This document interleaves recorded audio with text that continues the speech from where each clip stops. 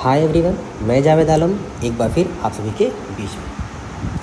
अभी आपने हाल ही में सुना कि एनडीए सरकार ने अपने मंत्रिपरिषद में काफ़ी फेरबदल किया है। किसी को कैबिनेट मंत्री बनाया, किसी को राज्य मंत्री बनाया या फिर किसी को स्वतंत्र प्रभार दिया। अभी मसला खड़ा हुआ कि आखिर ये मंत्रिपरिषद क्या होता है, कैबिनेट क्या होते हैं, राज्य मंत्री क्या होते हैं। कई बच्चों में ढेर सारा कन्फ्यूजन था, तो कई बच्चों ने मुझसे मैसेज किया कि सर इस कन्फ्यूज़न को आप क्लियर कर दीजिए। तो मैंने सोचा क्यों ना इस बारे में एक वीडियो ही बनाया जाए। तो आज हम पढ़ेंगे मंत्रिपरिषद के बारे में। सबसे पहले हम ये जान लें कि हमारी जो कार्यपालिका शक्ति होती है वह एक व्यक्ति में निहित होती है और उसे हम राष्ट्रपति कहते हैं। हमारा जो अनुच्छेद 74-75 है, आर्टिकल 74-75 है, वो कहता है कि राष्ट्रपति की सहायता के लिए एक मंत्रिपरिषद होगी। यहाँ हम इसे देख पा रहे हैं। अब इस मंत्रिपरिषद की संख्या कितनी होगी ये हमारे मूल संविधान में डिसाइड नहीं था। तो फिर 91 संविधान संशोधन 2003 के अनुसार हमने ये डिसाइड कर लिया कि हमारी जो मंत्रिपरिषद संख्या होगी वह लोकसभा के सदन के 15% से अधिक नहीं होगी। तो मान लीजिए हमारी लोकसभा की सदन संख्या 545 है, तो इसका 15% निकाला जाए तो मुश्किल से 80-81 के आसपास आएगा। तो 80-81 से ज़्यादा हमारा मंत्रिपरिषद नहीं हो सकता है। अब ये मंत्रिपरिषद चुने कहाँ से जाएंगे? ये लोकसभा और राज्यसभा कहीं से भी चुने जा सकते हैं। ठीक है। अब ये मंत्रिपरिषद का एक हेड होता है जिसे हम बोलते हैं पीएम, प्राइम मिनिस्टर। इसमें से क्या करते हैं लोग? प्राइम मिनिस्टर चुन लेते हैं। अब प्राइम मिनिस्टर के पास पूरी स्वतंत्रता होती है, पूरी शक्ति होती है कि वह अपने मंत्रालयों का बंटवारा कर सके। इसमें बाहर से किसी का भी कोई हस्तक्षेप नहीं होता। हाँ, अगर गठबंधन की सरकार होती है तो दबाव तो पड़ना लाजमी है, तो वहाँ दबाव होता है, तो वहाँ पे मनचाहा मंत्रालय शायद वो न बांट पाएँ। लेकिन पूर्ण बहुमत की सरकार में प्रधानमंत्री के पास पूरी शक्ति होती है कि वह अपना मंत्रालय का बंटवारा वो कर सके। अब प्रधानमंत्री पूरी तरीके से स्वतंत्र है मंत्रालयों का बंटवारा करने के लिए। तो अभी 80-81 लोगों में से या फिर जितना भी वो कर ले, कुछ खास लोग होते हैं, कुछ योग्य लोग होते हैं जिन पर प्रधानमंत्री पूरे तरीके से विश्वास करता है, तो वह उन्हें कुछ महत्वपूर्ण मंत्रालयों का आवंटन करता है। ठीक है। और साथ ही साथ जो नीति निर्माण के मुद्दे हैं, जो महत्वपूर्ण फैसले हैं, वह उनके साथ बैठक करके, उनके साथ परामर्श करके निर्णय लेता है। तो उन खास लोगों के समूह को, जो मुश्किल से 15 या 20 की संख्या होती है, उन्हें ही कहा जाता है कैबिनेट या मंत्रिमंडल। ठीक है। मान लीजिए ये आपका मंत्रिपरिषद है। ठीक है।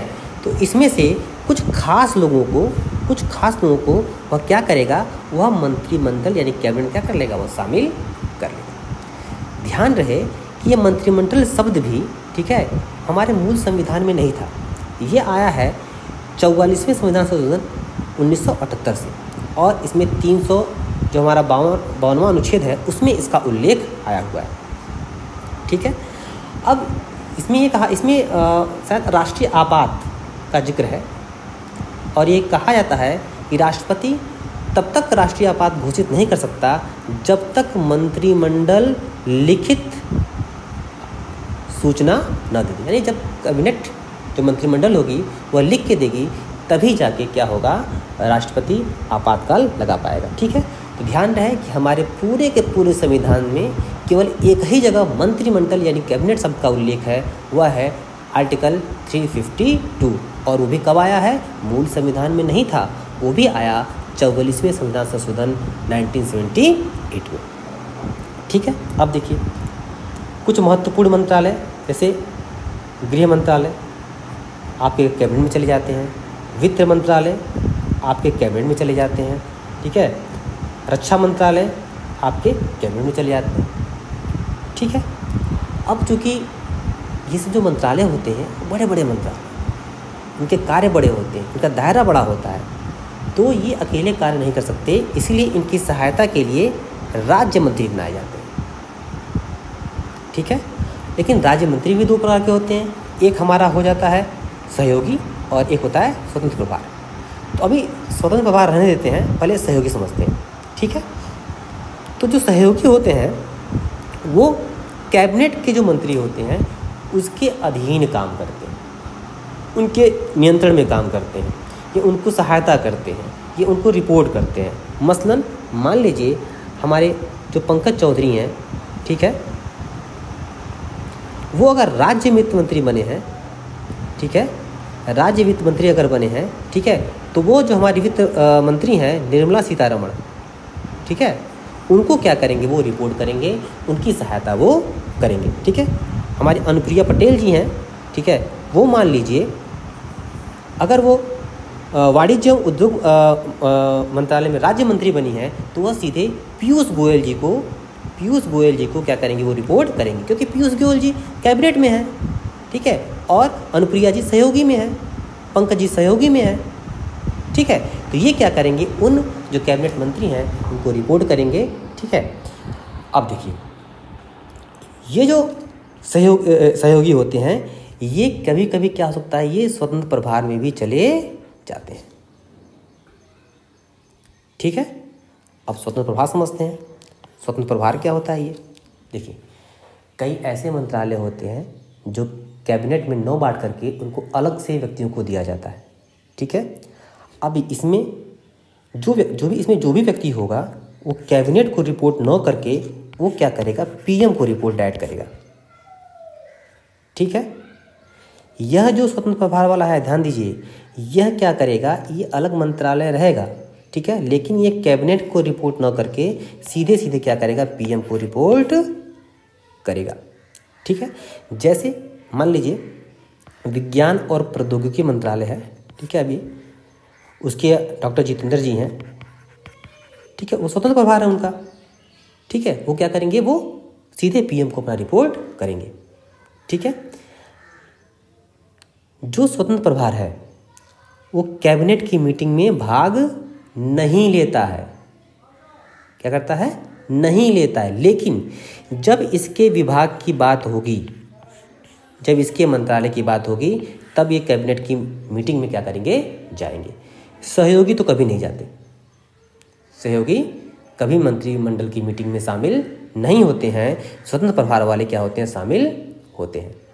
वो भी कब शामिल होंगे, जब इनके विभाग की बात होगी, जब इनके मंत्रालय की बात होगी, जब इनके संबंधित निर्णय लिए जाएंगे, तब ये जाके क्या होगा, वहाँ पे रिपोर्ट करेंगे, जाके उसकी मीटिंग में बैठेंगे।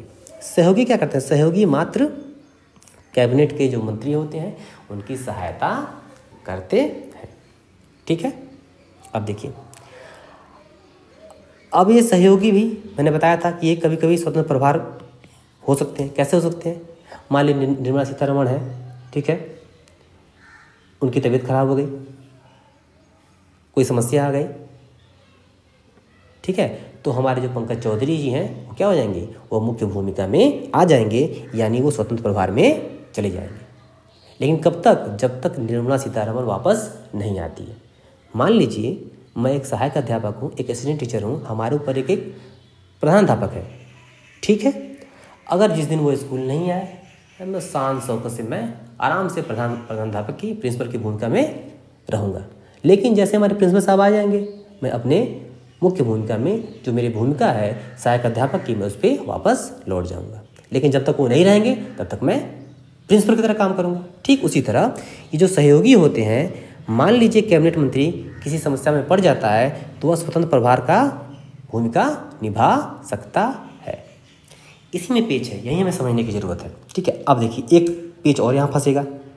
कौन सा पेच भाई, देखिए, एक मान लीजिए ये सहयोगी है, ठीक है, इसको कभी कभी दो विभाग दे दिए जाते हैं। एक विभाग में वह तो इनके अंडर में होता है और दूसरे में क्या होता है, वह स्वतंत्र होता है। जैसे डॉक्टर जितेंद्र की ही बात कर लें, इनकी ही बात कर लें अगर हम, ठीक है, तो ये विज्ञान और प्रौद्योगिकी में स्वतंत्र हैं। ठीक है, इन्हें स्वतंत्र प्रभार मिला हुआ है। ये सीधे पीएम को रिपोर्ट करेंगे। क्या करेंगे, सीधे प्रधानमंत्री को रिपोर्ट करेंगे। ठीक है, लेकिन सॉरी, इसको इस एग्जाम्पल लेते हैं क्योंकि अब इनका जो विभाग मिला हुआ है वही पीएम के अंडर में है, तो यहाँ पे आपको समझने में थोड़ी दिक्कत आएगी। इसको थोड़ा सा हम मिटाते हैं और उनका एग्जाम्पल लेते हैं राव इंद्रजीत सिंह का। राव इंद्रजीत सिंह का पिछले वाले में आपको थोड़े समझने में दिक्कत आ सकती थी, क्योंकि जो स्वतंत्र प्रभार है उसमें वो पीएम को रिपोर्ट करेंगे, और जो उनको जिसमें वो राज्य मंत्री हैं उसका भी जो दायित्व है वो प्राइम मिनिस्टर के पास ही है। तो उस वहाँ थोड़ा सा आपको कन्फ्यूजन होता है, इसमें आपको समझने में आसानी होगी, इसमें समझिए। ठीक है, जैसे मान लीजिए योजना मंत्रालय में इनका स्वतंत्र प्रभार है। क्या है? ये स्वतंत्र रूप से सीधे डायरेक्ट पीएम को रिपोर्ट करेंगे। ठीक है, लेकिन कारपोरेट मंत्रालय में ठीक है, यह पीएम को रिपोर्ट नहीं करेंगे, वह रिपोर्ट करेंगे जो कारपोरेट का मंत्री है, कैबिनेट में मंत्रालय में जिसको मिला हुआ है, वो सीधे उसको रिपोर्ट करेंगे। यानी एक मंत्रालय में ये पीएम को रिपोर्ट कर रहे हैं और एक मंत्रालय में वो कैबिनेट मंत्री को रिपोर्ट कर रहे हैं। ठीक है, तो इसी तरह क्या हो सकता है, एक आदमी सहयोगी भूमिका ही निभा सकता है और वही आदमी स्वतंत्र प्रभार की भी भूमिका निभा सकता है। ठीक है, अब आते हैं उप मंत्री पे। तो उप मंत्री कुछ नहीं, कैबिनेट की सहायता के लिए सहयोगी और सहयोगी की सहायता के लिए उप मंत्री। जो बड़े विभाग होते हैं, जो बड़े कार्यालय, जो बड़े मंत्रालय होते हैं, जो बड़े विभाग होते हैं, उसमें क्या किया जाता है, उप मंत्री की भी नियुक्ति की जाती है। ठीक है, आइए अब थोड़ा सा हम इसको क्रम समझ लें। तो सबसे ऊपर हमारा कैबिनेट मंत्री रहे। ठीक है, उसके ऊपर हम बात आते हैं स्वतंत्र प्रभार, क्योंकि ये भी डायरेक्ट क्या करते हैं, सीधे पीएम को रिपोर्ट करते हैं, ध्यान रहे। फिर उसके बाद हम आ जाएंगे राज्य मंत्री, हायरार्की देख रहे हैं हम, और उसके बाद आ जाएंगे उप मंत्री। अगर वरिष्ठता सूची बनाई जाए, हायरार्की बनाई जाए, तो सबसे ज़्यादा आ जाएंगे, सबसे ऊपर आएंगे कैबिनेट, उसके बाद आएंगे स्वतंत्र प्रभार, उसके बाद आएंगे राज्य मंत्री और उसके बाद आएंगे उप मंत्री। ठीक है, एक बात और ये हमें ध्यान देने की जरूरत है कि कैबिनेट की जो मीटिंग होती है उसमें कैबिनेट वाले शामिल होते हैं और कभी कभी स्वतंत्र प्रभार वाले भी शामिल हो जाते हैं जब इनके विभाग की बात आती है। तो इसीलिए मंत्रिमंडल में स्वतंत्र प्रभार वालों को भी शामिल कर लिया जाता है। यानी कैबिनेट के मंत्री तो रहते हैं, स्वतंत्र प्रभार वालों को भी क्या कर लिया जाता है, शामिल कर लिया जाता है।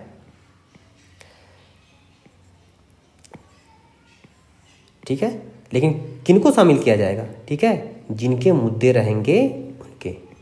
ठीक है, जिनके मुद्दे रहेंगे, जिनकी विभाग की बात रहेगी, वो कैबिनेट के मंत्री में जाएंगे, वो बैठेंगे, वो वहाँ पे शामिल होंगे। तो अगर हम कुल मिला के देखें तो ये हमारा अगर मंत्रिपरिषद है, पूरा मंत्रिपरिषद है, ठीक है, तो इसमें क्या हो जाएगा, इसमें छोटा सा क्या हो जाएगा, हमारा मंत्रिमंडल हो जाएगा। ये हमारा मंत्रिपरिषद है और उसी में हमारा क्या हो जाएगा, एक मंत्रिमंडल भी हो जाएगा। लेकिन संख्या के हिसाब से तो मंत्रिपरिषद इम्पॉर्टेंट है, लेकिन ताकत के हिसाब से मंत्रिमंडल ज़्यादा इम्पॉर्टेंट है, क्योंकि सबसे ज़रूरी मुद्दे, सबके नीति निर्माण वाले मुद्दे, ठीक है, जो भी कानून बनाना होता है, वो सारे मुद्दे इन्हीं के साथ बैठक करके ही क्या किया जाता है, लागू किया जाता है। या फिर जो हमारे प्राइम मिनिस्टर होते हैं, इन्हीं के परामर्श से क्या होते हैं, आगे बढ़ते रहते हैं। तो ये था हमारा आज का टॉपिक। उम्मीद है कि आप लोगों को समझ में आया होगा। अगर कहीं से कोई दिक्कत आ रही है तो एक बार आप कमेंट करिएगा नीचे, मैं आपके उस दिक्कत को क्लियर करने का प्रयास करूँगा। दिक्कत कहीं नहीं आएगी, मुझे लगता है बस यहीं राज्य मंत्री में थोड़ी सी आ सकती है।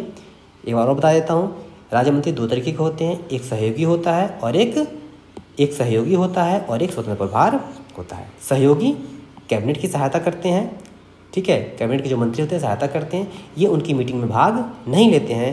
स्वतंत्र प्रभार वाले क्या होते हैं, इनको एक अलग मंत्रालय मिलता है, वो डायरेक्ट क्या करते हैं, पीएम को रिपोर्ट करते हैं, ठीक है, और मंत्रिमंडल की बैठक में ये शामिल हो सकते हैं, कब, जब इनके विभाग की बात होगी तब।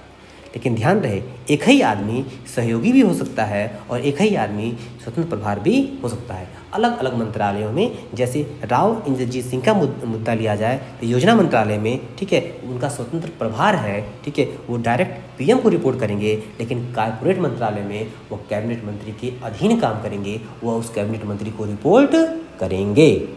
ठीक है, उम्मीद है कि आपको ये बात समझ में आई होगी। ठीक है, अगर नहीं आई तो कमेंट करिए। मैं फिर कोशिश करूँगा, एक बार नहीं मैं 1000 बार कोशिश करूँगा कि मैं आपको ये चीज़ें समझा सकूँ। तब तक के लिए गुड।